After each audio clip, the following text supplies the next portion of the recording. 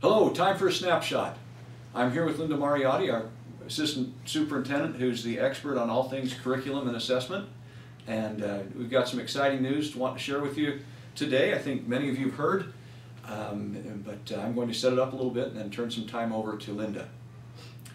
You know, yesterday, a couple of us had opportunity to meet with the student body presidents from all of our high schools. We invite them in a couple times a year, and you feed them a little bit, give them some brownies, and then just let them talk and ask some questions here and there. And there was a fascinating conversation between two student body presidents from two different high schools, with the others around them nodding, and it went kind of like this. And I want to record it because you're not going to believe that this is how it went. This is really how it went. The one says, you know, after you got done, after we're done counting the extra credit, the points I got for bringing canned food, the points I got for going to some athletic event that I'm not particularly interested in, but went to because I got to, after I've got all that done, I get this A grade, and you know what? I don't really know if I mastered the subject or not. Really, this is a kid saying, yeah, this is a kid saying this.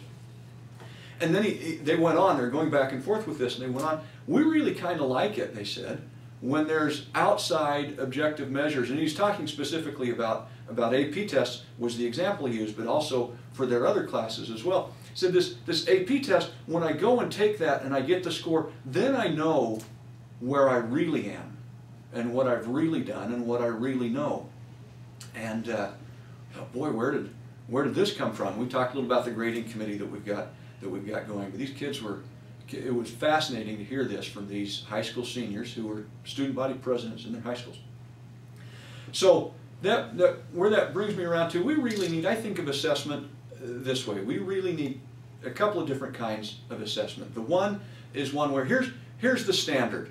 And we've kind of been held hostage by NCLB here, and increasingly so, and narrowing. But anyway, here's the standard, and everything's been around, we need to get the kids to the standard. Well, I think that's a very important question. Have the kids mastered it, or have they not? Have they mastered the objectives, or have they not? That's crucial. But there's another kind of assessment as well that, in my mind, is much more interesting for myself as a teacher, that's much more interesting for myself as a parent.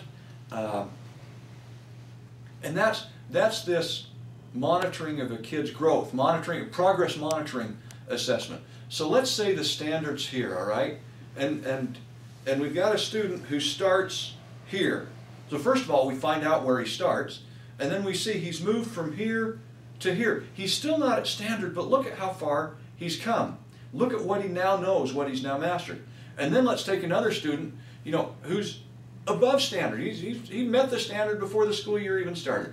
But we've moved him, we can watch how he moves from here to here over time. Look at that growth. Now, isn't that important for us to know as educators, and for families to know that their kids, and for kids to know that they're doing themselves?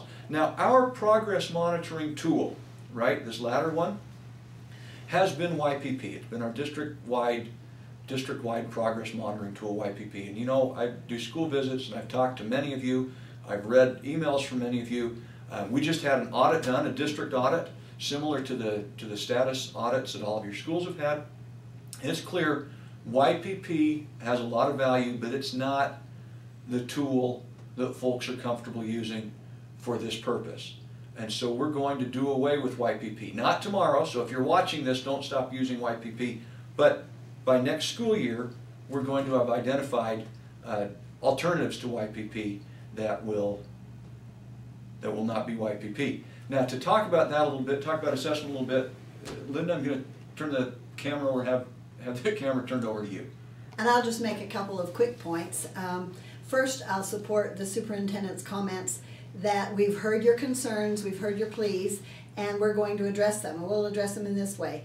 We will take a look at both kinds of assessments, which I think we all agree we need on behalf of students in this district. The idea of degree of mastery of our standards, our objectives, and some of you call it acuity, some of you call it benchmarks, quarterly benchmarks. We're going to do all we can to hear your suggestions about making them shorter, making them easier to administer, making them absolutely tight with particularly the Common Core standards that are coming out in English Language Arts and Math, for which all of our content areas at all grade levels are going to be responsible. So we'll in-house work around those areas to address a progress monitoring tool so that we can measure accurately and objectively growth over time for every individual student in Granite District.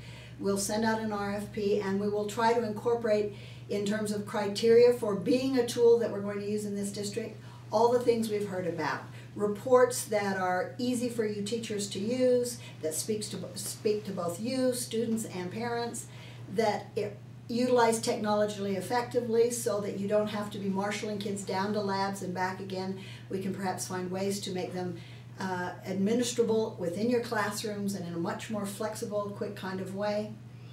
And to that end, our big overarching goal, I think, is this, and a commitment from us at the district will be that we will do a better job helping you communicate within your schools and to your communities and with your students the purpose of these various assessments. Because we want to shift the paradigm, if I can use that phrase, from thinking that, you know what, all these tests interrupt my instruction. I never have time to teach. And if we gave you the right tools, use them well, and help you all understand in our Granite community how beneficial they are to the job we do, we will have a collective educator community saying, you know what, without these assessments, I am unable to effectively teach. And then we will have really shifted to a focus from teaching to a focus on students learning, how well they learn and what they've learned. So that's our goal. Thanks for all your suggestions. Keep them coming, and we'll involve some of you in the process as we move forward. Thank you very much. Appreciate all of you.